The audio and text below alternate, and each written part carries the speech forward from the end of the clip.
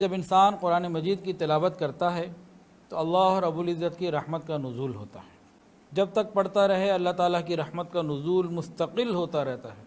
اور اسی طرح انسان جب روزے دار ہو، سحری سے لے کر افطاری تک اللہ تعالیٰ کی رحمت کا نزول مستقل ہوتا رہتا ہے۔ تو تلاوت کرنے والا جب تک تلاوت کرتا رہے رحمتوں کا نزول رہے گا، اور روزہ رکھنے والا جب تک افطاری کر نہیں لیتا، روزے کی حالت میں رہے گا، تو روزے دار کے اوپر بھی اللہ تعالیٰ کی رحمت کا مستقل نزول رہے گا۔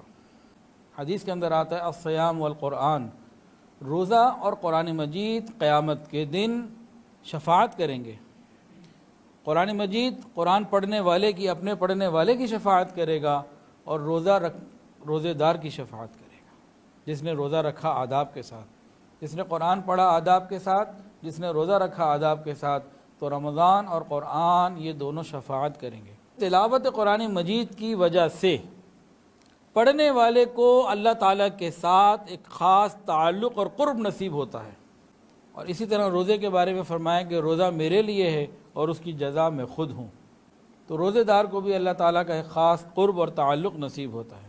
تو تلاوت قرآن یہ بھی خاص تعلق اللہ کا دیتا ہے، اور روزہ انسان رکھے صحیح آداب کے ساتھ تب بھی اللہ تعالیٰ کا ایک خاص تعلق ملتا ہے۔ تلاوت قرآن یہ اللہ رب العزت کا ایک خاص انعام ہے ہم عاجز مسکین انسانوں کے اوپر۔ اللہ تعالیٰ کا اپنے بندوں پہ خاص احسان ہے۔